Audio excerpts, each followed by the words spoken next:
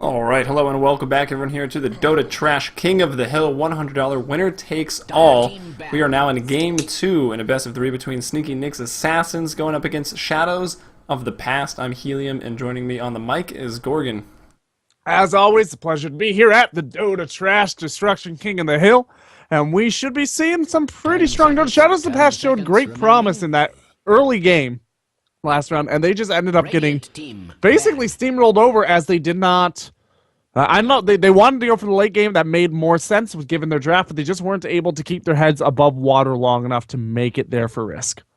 Yeah, they just kept getting picked off by that sort of, I don't know, like pseudo-global strategy. They always had wards up as well, but with the rotating of the smoke ganks, initiating with the Mirana's Moonlight Shadow, they just kept getting killed, and it wasn't enough. And when it came to the team fights, they ended up losing those as well. They couldn't really sync up a great wall vac combo with an epicenter or anything like that. Clockwork was always shutting it down, either getting the Darkseer or the Bat Rider. And the Sand King as well, so it was problematic for them. Now, Shadows of the Past have played up against Sneaky Nick's Assassins before here. They did do it up in the, I believe that was the American Dota League. Yeah, American Dota League Season 2. They did it recently. They lost both games. So this is kind of a, I don't know, a chance at redemption for Shadows of the Past with a bunch of players that you guys might recognize from the North American scene. They've been on a handful of teams that have gotten around the community and low-end competitive level teams. You've got Risk, who a lot of people know, Joik, a fair number of people know, Nayrock and XCOM, both names that people recognize as well. I don't know, they've been doing really well in the American Dota League overall, but they were unable to take Sneaky Nick's Assassins before, and it does look like this might be a repeat performance for them. Yeah, I mean, it's game 2, so they need to shake things up here. The bans are, I believe, identical to the first game. Invoker, Lycan, Ember Spirit, and Naga all being taken out. Sneaky Nick's Assassins, though, this time they're going to opt to pick up that Bat Rider. Last game, it was Senna playing the Bat Rider mid lane, and he did a fine job mid, but DK decided to just forget the mid lane. He was getting solid runes, and he just kept ganking and running pressure on the jungle, not allowing the support Sand King to farm anything, and in fact, stealing some of his stacks early. But here we go, Shadows of the Past. They're going to pick up a pretty strong combo that we see a lot these days. The Centaur War Runner and the Dazzle. Centaur War Runner and Dazzle is one of the best current meta first pick combos for the off team. Not only does it give you that Centaur War Runner who's so strong and played so frequently, but it also gives you the Dazzle for that nice setup with the Poison Touch into the stomp. You have the Grave, which means Centaur War Runner is going to be returning damage. As Sneaky Nick's Assassins aren't going to be able to let the Centaur War Runner regen while that Grave is up. They're going to have to continue to damage him to keep his health low so that they can guarantee the kill, which means that the return is going to offset a significant amount of the health that Sneaky Nick's Assassins would otherwise have. But most importantly, Dazzle is part of a very strong counter Centaur War Runner strategy. You throw the Grave up on anybody that he blinks in and grabs that stun double edge combo on. The negative armor goes into a negative armor strategy. That is the strongest way to handle Centaur War Runner. He crumbles against negative armor, and Dazzle is the strongest support for negative armor strategy. If you pick him up along with your Centaur, then you know your opponents won't get him. Very true. And I see that Dazzle, and I look at Sneaky Nick's Assassins, and I say, these guys play Axe very well. Do you think they're going to go for the Axe this game just to chomp through that Shallow Grave? Oh, I would love to see them grab the Axe. They have two of the strongest Axe players in the Americas, if not North America, if not the world. Yeah, so not just one, but two. And I do think that we should. I mean, I don't think it's going to come out. They don't actually play them that often, considering how good they are with them. But I would love to see it. It's always a show. Well, they go with the Doom instead. So if they get the Doom off on Dazzle, well, he won't be throwing any Graves. But I have a feeling there's going to be more necessary targets for that Doom as the draft continues, but solid pick. He can go in pretty much any lane. He can offlane, he can mid, he could jungle, he could safe lane. You see a Bat Rider, again, they're going to kind of have to share the jungle, like a little bit of what we saw there in game number 1 from Shadows of the Past, but we'll see how it goes for him. Maybe they're just drafting all red. Just making sure they got that color. Axe fits into that. I'm down. Yeah, so the Doombringer being picked up here, once again, that feels to me almost as much like a we don't want them to have this hero as it feels like we want the Doombringer on hand. They don't want to have the Doombringer open for grab if you do end up grabbing that Bat Rider, because he does, if you get that quick Doom, that Bat Rider is just going to blink into a world of hurt and not be able to get away. Doombringer is a strong hero in and of his own right. I'm glad he's come back into the meta here, especially since that 6.80 buff that he received that we didn't see immediate action on. But Sneaking Assassins don't really have it, at least so far. The Batrider doesn't typically combo particularly well with the Doom, as far as I can think of any aspects of their play that make them super strong together. Well, I'm just gonna expect the Firefly and I'm gonna expect that Doom is gonna want to get the Centaur Stomp from the neutral creep, and then just build into a Blink Dagger and just sort of follow up on any Batrider's initiation and just play that pick off Dota like they did in game number 1, but with a hero that you expect it maybe a little less coming from the Doom, but he can definitely do that. Yeah, That's what I want to see, anyways. We definitely could see that. I mean, it is certainly a possibility. Shadows of the Past are more worried right now about supports coming out, as there are abnormally so a lot of support still to come for Sneaky Nyx Assassins. And the Venomancer are going to be brought out. That's great. The Venomancer is good against the Dazzle because the damage over time means that the Shallow Grave is not going to be enough to keep someone alive. It's just going to be enough to buy them time. So getting rid of that damage over time as a possibility is not a terrible call. As Sneaky Nyx Assassins are going to get rid of the AA and the Shadow Shaman, I'm really surprised that both those made it through. I'm surprised that Sneaky Nyx Assassins themselves did not choose to go for one of their supports with an AA or a Shadow Shaman rather than getting the Doom, who may or may not have been banned out there. Yeah, well, Venomancer are also taken out just because Centaur is going to go for a Blink, and those Plague Wards applying that poison can make Centaur's life pretty annoying because he's going to be responsible for getting most of the grunt work done from Shadows of the Past. They also take out Morana. Bit of a respect ban for Ush, potentially. I mean, you do see those come out in 3-game series. Ush played it fantastically in game number 1, besides that arrow he missed on Roche. And, which didn't matter at all. So, yeah, Shadows of the Past are going to grab the Wraith King, and I was just about to say they might go for this. This is one of their most played heroes. They played him so far out of the games that they played on record. They've played him for about a third of them. So they play him a lot. In fact, more than a third of their games, more than 33% of their games have that Wraith King, and they have the only team that they've lost against while drafting the Wraith King is Sneaky Nyx Assassins. So maybe looking for a bit of a reprise here. They have never run the Wraith King alongside the Centaur War Runner, though, so that'll be interesting. Not their usual pickup. Normally, they do like to go up with the AA, and they like to go up with the Clockwork if they have that Wraith King. Reserve time. Yeah, Wraith King, he's exciting, which seems like he wouldn't be only having one ability, but what is it even called now? The Wraithfire Blast. Pretty strong these days. It's a great. I mean, the auras as well are fantastic. I feel like if they left Mortal Strike with that active that it had, Wraith King would be tier 1. First ban. They had to get rid of that. I mean, just for balance reasons. Wraith King is already a hero that you can come in and play pretty well if you're a new player because he doesn't really require that much attention to play. But and you can die. Yeah, and you can die, which means that you give him to your noob friend and just have your friend walk around. But at high levels of play, then there's so much nuance to the hero as to when you allow yourself to die purposefully, as that negative 75% move speed, attack speed slow that happens. The slow is real. It is really devastating, and Shadows of the Past, obviously they know how to play this hero. They play him all the time, but this is a lineup that is nothing like anything that they've ever on record played this hero with. So they're pretty new, so yeah, that's true. In fact, they're so new that I don't think that they've ever played Centaur on record either. So this will be the first time, at least out of the games that I have available to me, that they've ever gone ahead with that Centaur. Nope, I lied. They've got one game with them. They won with him, and he got 8 kills and 1 death. So there you apparently go. their player knows how to play him. It's just not coming up on my my quick read here for that match. Well, they pick up the Bane on the side of Sneaky Nyx Assassin. So Bane, I mean, he's got a ton of lockdown. He's got the Enfeeble, so pretty much good at shutting down any melee carry. So he can be annoying for this Wraith King in the early game. Although you're going to have to kill this Wraith King twice in the late game. And that could be difficult. I, again, hope to see a Blink Dagger. Just really... I want a Blink Dagger Centaur. I want a Blink Dagger Batrider, Blink Bane, Doom, and Wraith King. We're going to blink out of control this game. Well, as it turns out, with the current meta, you'll probably get what you want. 6 Blink Daggers are very possible here. And a Blink 7 on Nyx. Blink Daggers are very possible here. Might as well get one on Dazzle so he can keep up. Yeah, exactly. Just make sure that he's got one so he can get in with that Grave. I personally, I like the Force Staff on a lot of these heroes that the Blink Dagger is becoming very meta for. I like the Force Staff better, but it's just cheaper in terms of its components. It's easier to get as a support. You're able to help your allies as well, but the meta does not care what I think terrifically much. So the Blink Dagger probably will come out at least, I think at least 4 of these here. There is the axe! Called it! And Sneaky Nyx Assassins are going to come forward with a very, very fun overall play style here. It's another Blink Dagger as well, so Yep. we'll see.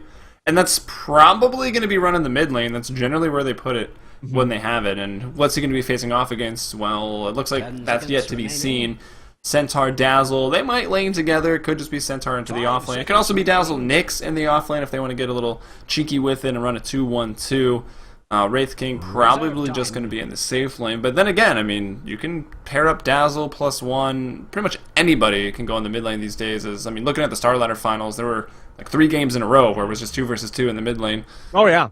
2 in the mid lane up until 230 is super, super common now. I would not at all be surprised to see the Dazzle go into that mid lane for the first 2 minutes or so, although it makes more sense on the Radiant side because it's easier for your support to just fade back and stack camps as well. Yeah. While he's there to maximize his efficiency. For the Dire side, you basically only do it if you think your opponents are going to do it, or if you know that it will give a huge advantage that your mid needs.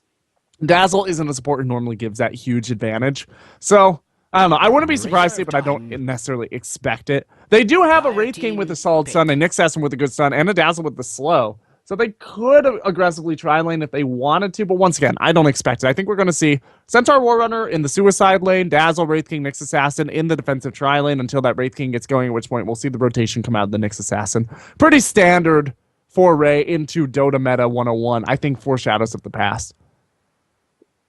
Yes, 4 Shadows of the Past. That's like another team.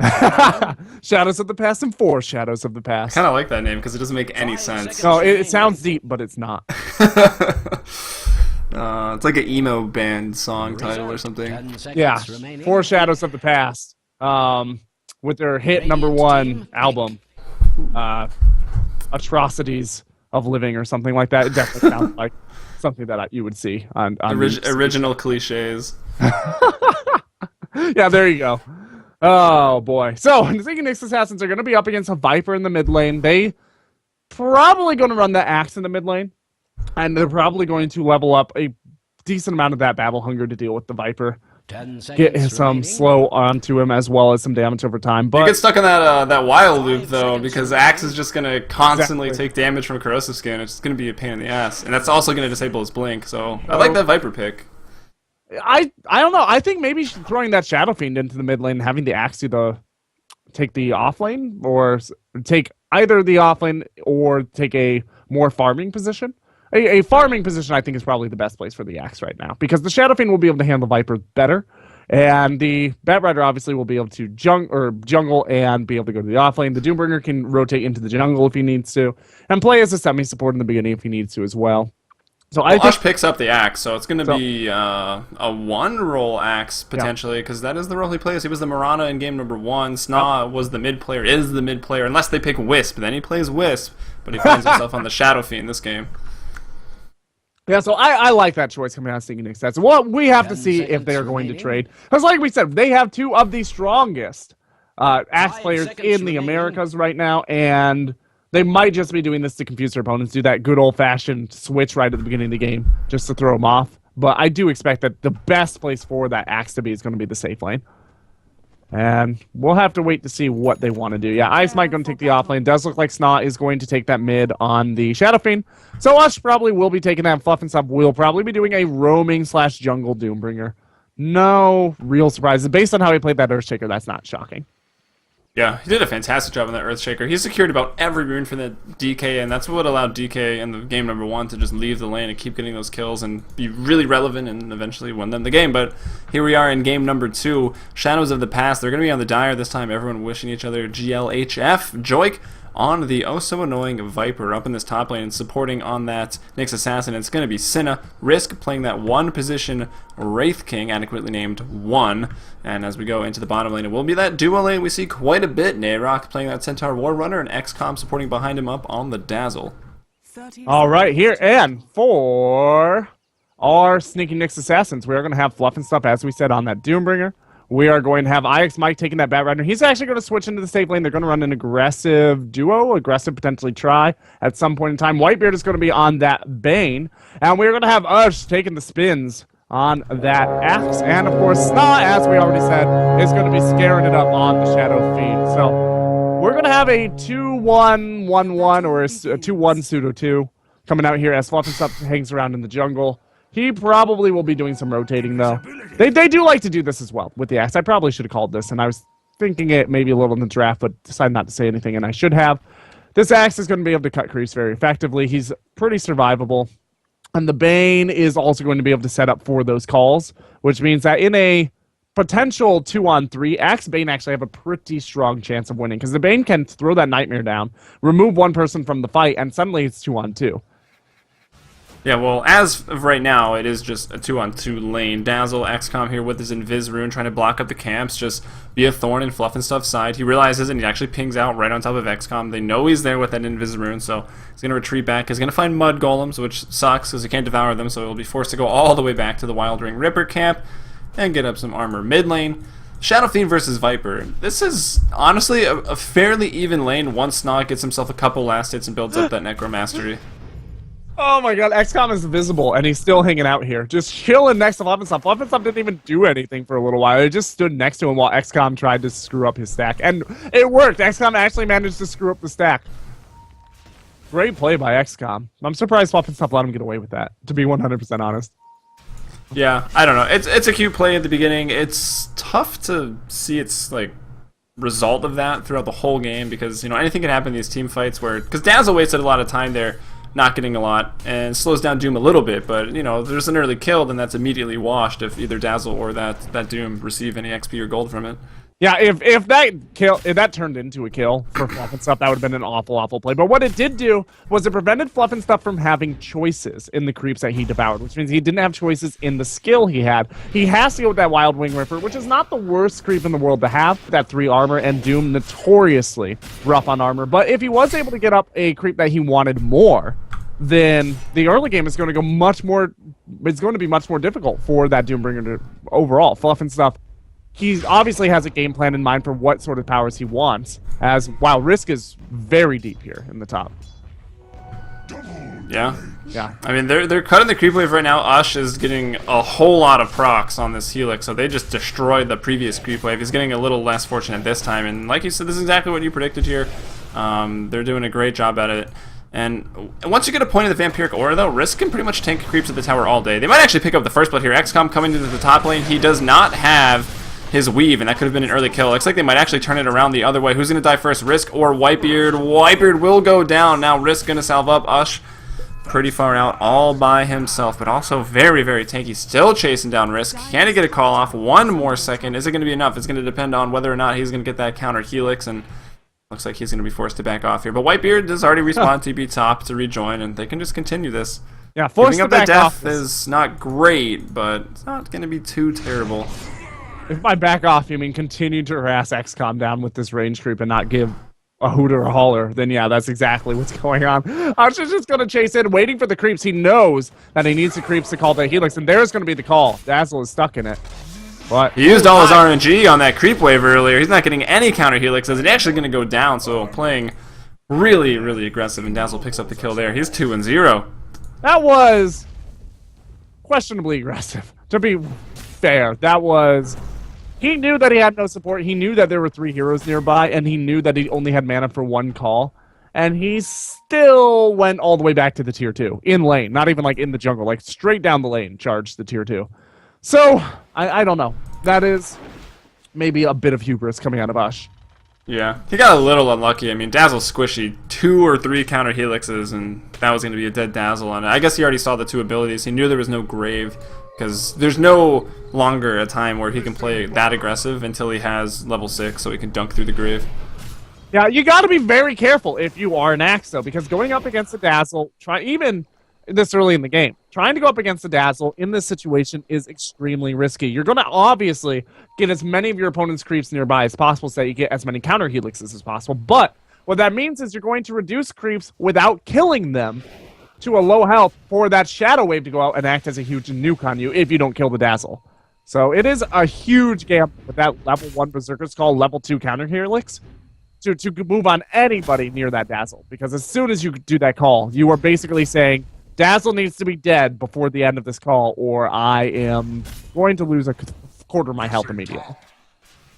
Yeah, and something to talk about here for actually holding that thought, because mid lane Sna's going to be in a lot of trouble. Centaur is already level 6. He's doing well in that bottom lane. He uses his ultimate here in the middle lane. Sna's going to be in a lot of trouble. Nyx Assassin gets that kill. So Shadows of the Past out to an early 3-0 lead, and Centaur, as we said, Nayrok up to level 6 already, doing fantastic. And with the wards that the Dire put out, it does not look like they were expecting these lanes, but as it stands, I don't think they're too upset to see the lanes that Sneaky Nyx Assassin put forward.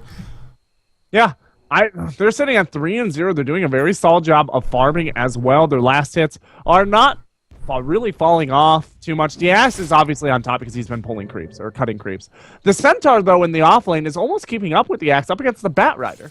In the mid lane, we do have Nevermore edging out just a little bit ahead of the Viper, but all things considered, the lanes are going pretty evenly, but the kills are going the way of Shadows of the Past. Yeah, I mean, even after that gank, he finds himself ahead in terms of CS 30-5 to 24-2 against the Viper. Up top, though, XCOM looks like he will be going down to that Battle Hunger. He uses that Grave, and that's actually going to keep him alive. Nicely done. The Battle Hunger still had about 9 seconds. Couldn't be cast again. Mid lane now, another rotation. Senna comes in on that Nyx Assassin. Looks like the poison will be enough in conjunction with the Nether Toxin. They're going to bring him down. Joik gets the kill on the Shadow Fiend that time. Going to find himself greeted with a net. Can they bring him down here? Ush has TP'd off at the top lane. Does not have enough mana to call. Nobody is attacking him right now, and he's going to drop. Or, I mean, TP out, excuse me. The opposite of that. Yeah, Fluff and Stuff missed that kill. He continued to walk, expecting that to be a body block situation, expecting the Viper to continue to run. Viper had a great game sense, decided there's no stuns here. I'm just going to throw that TP. Fluff and Stuff had enough time for 2 auto attacks, and that's all he needed to kill the Viper. But because he continued to walk and didn't react fast enough, that does not become a kill for Sneaky Nyx Assassins. Great. Yeah, Ush was like 2 mana short from a call. Yeah, great play coming out of Joik. Really playing bottom lane. Nyx Assassin. No, I am off my game tonight. Bat Rider gonna get caught out that time. Dazzle getting another kill. 3-0. He's up onto a killing spree for XCOM, and that's Nayrok already at 1,800 gold. He's gonna be on his way to an 8-minute Blink Dagger. That is very rough. Axe is still pretty far away from his own Blink Dagger, and that's going to be the equivalent exchange here, as Risk is getting in a little bit of trouble. He will actually just loop through the trees like so and get away without any consistent issues. Yeah, his farm has been it's hurting. He's 23-5. That Axe is up to 41. He's been doing a great job here. He's been very aggressive. He's given up 1 death, but the amount of farm he has compared to Wraith King, it's almost worth it. But 5 kills, and they're not being able to put any resources here to protect the Shadow Fiend, who we're going to see die once more at the hands of this Nyx Assassin getting involved. He's pretty much used 3 impales on that Shadow Fiend, and Shadow Fiend has died 3 times.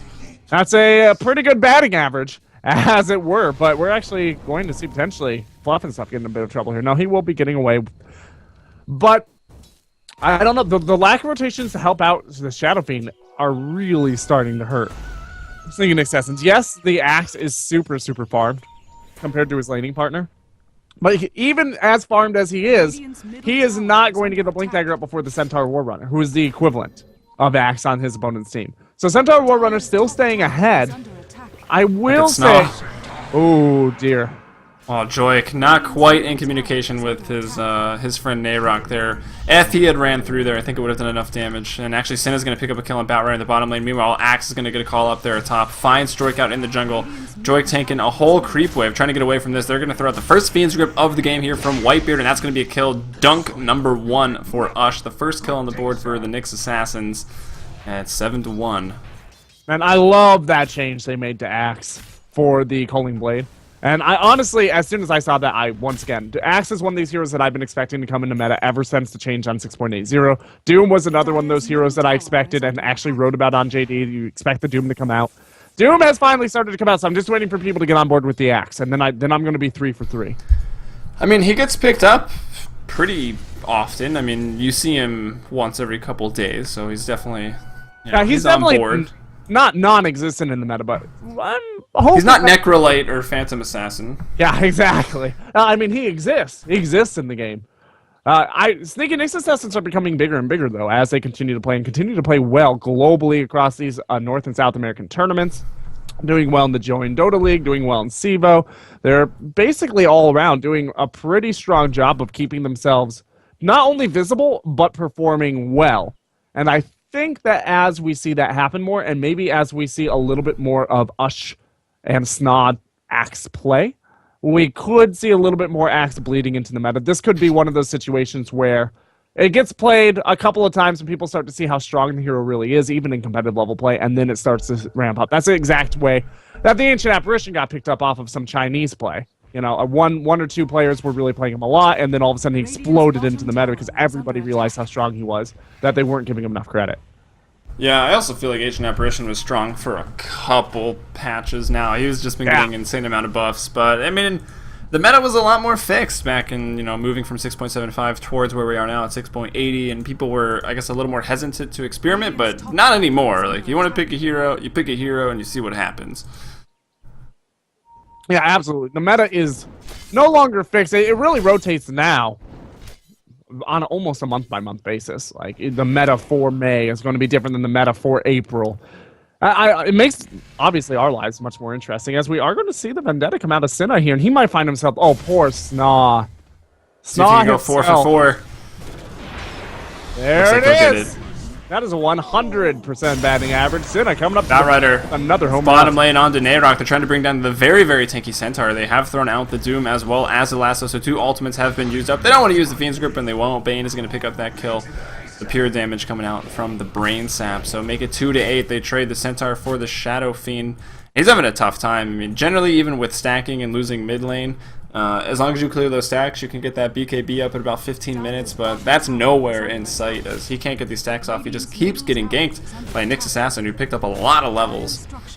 Yeah, taking out that Centaur Warrunner is tricky. They managed to do it very well there, actually. There was nice execution. There's going to be Wraith Fire Blast on the fluffy stuff. Some auto attacks going down as well. The poison that's going to be there. And that is going to be the stun. 4 for 4 on the Shadow Fiend. And there's an additional 2 for 2 out onto, I think, the Doombringer. So, this, yeah, Nyx Assassin's all over the place. And SNA is doing an extremely good job. He's level 8 already here at 11 minutes. Dazzle also level 8. Looking at the 2 supports. Actually, all the supports doing pretty well for 11 minutes.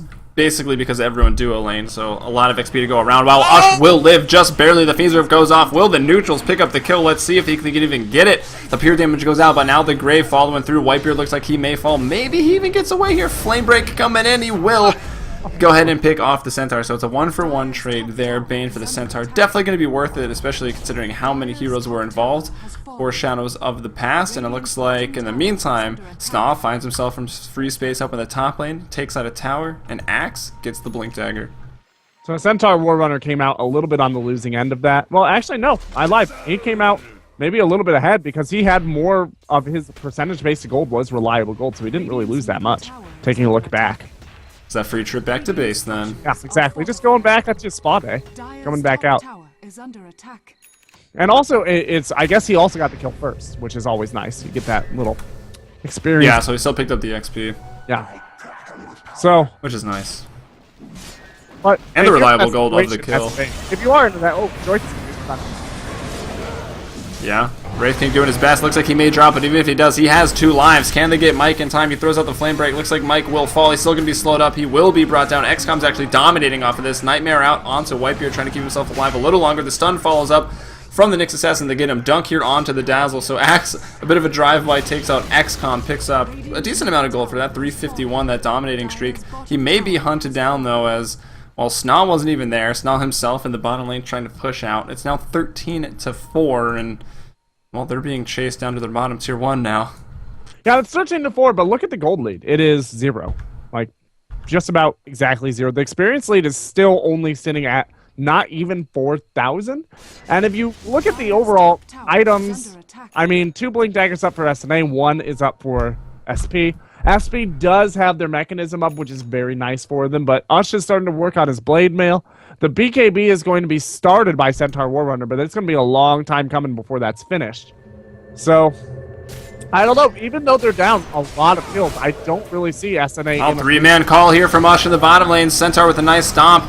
No Requiem of Souls going to come out. He gets half of one, at least from his death animation. Now, Nayrok going to be graved up. It looks like he will finally drop to the Batrider. Fluff is going to fall on the other side of things. Dazzle going to pick up that kill. How many kills has this Dazzle got? He's actually picked up 5. Now Whitebeard in some trouble. He's going to go down here. A call at the tower. Dunk from Ush. He's going to take out that Dazzle. Whitebeard, will he live?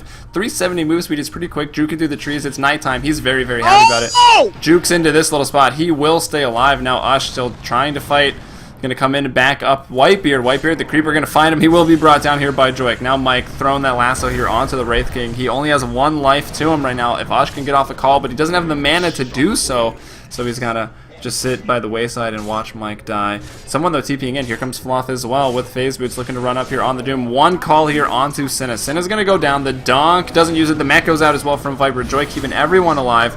Doom goes out onto the Nyx Assassin. Now SNA shows up looking to fight. Everyone fresh out of mana on the side of Shadows of the Past, and they're just going to go ahead and retreat. Man, so Whitebeard got himself into a little crevice there where he couldn't be seen. He nightmared himself for the deny. Very nice positioning, but then the fight started to turn a little bit, and he thought, oh, I can get away. He canceled the nightmare and then got killed by a ranged creep. If he had just left the nightmare on there, it would have been a deny. That's why I was so excited. Like, it was a really stellar play by Whitebeard. And then he just, I don't know, he got cold feet right at the very end. Decided that he had something to live for, and the range creep told him, no, you don't have any life at all, as it turns out. Got too used to playing the Ancient Apparition. Nayrok up top in some trouble. Ush and Mike both going to jump on him right now. He gets a Centaur Stomp off onto 2, and he is just so tanky here. 1,500 HP. He's got 10 armor. They finally get him, though. The Dunk goes off, but somehow Mike gets the kill. Dota doesn't make sense all the time, but yeah. What are you gonna Wait, do? what? Was that? Yeah, the Dunk must have narrowly missed. Yeah, it must have, yeah. It did miss. All the blood from Double Edge shot out, though, so it looked like it went off. Yeah, it was used, and it was close. The Firefly actually got that kill, I'm pretty sure. XCOM is down here, and oh, poor SNA. Look at this.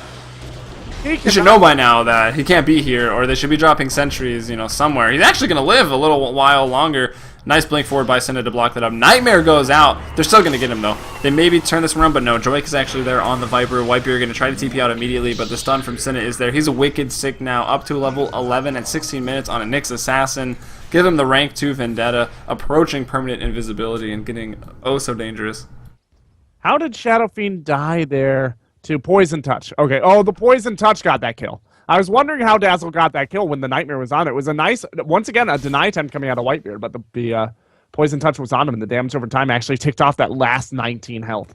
So, just bad timing, as it turned out. By fractions of a second, bad timing for the Sneaky Nyx Assassins, who are now still only 2,000 gold in deficit, only 5,000 experience. They're certainly not out of this by any means.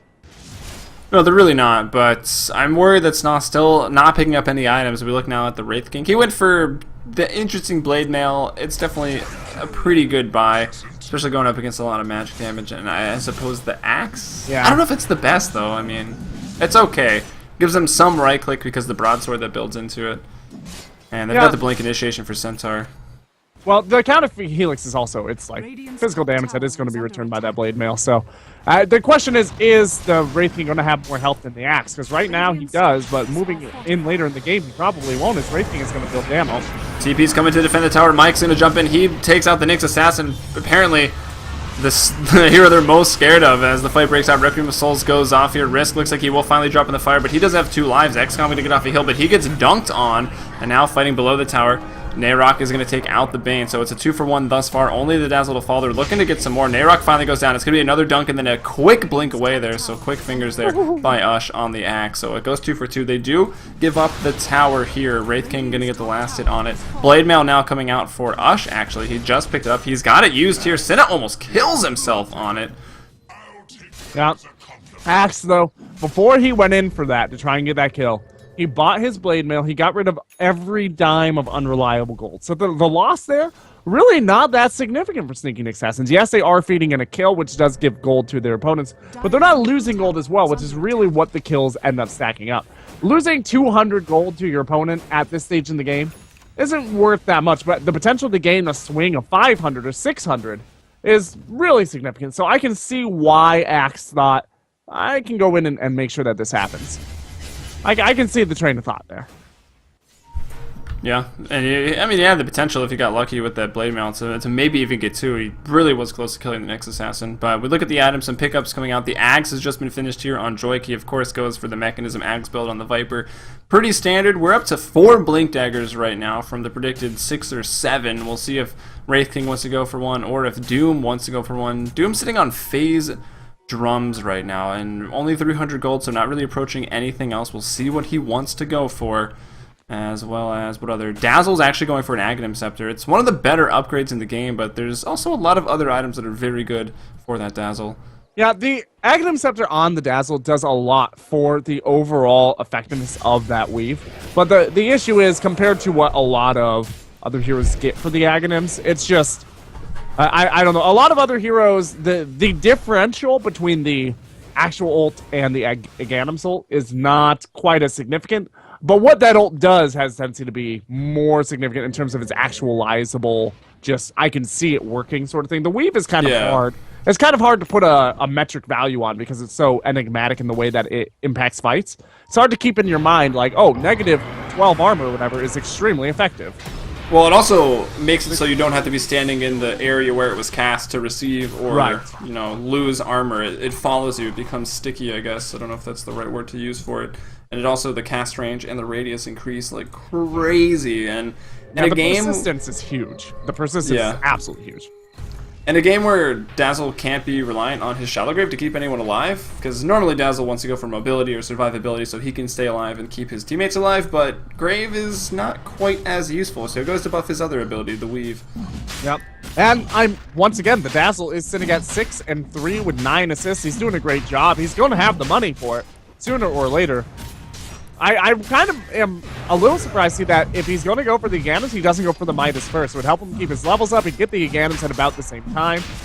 And, I don't know, I feel like maybe the persistence of gold that would come in from that Midas would be very helpful on him as a farmed decides not to go for it, decides to rush out the survivability of that point booster instead, and he has been very active, so I guess I can respect that call as well.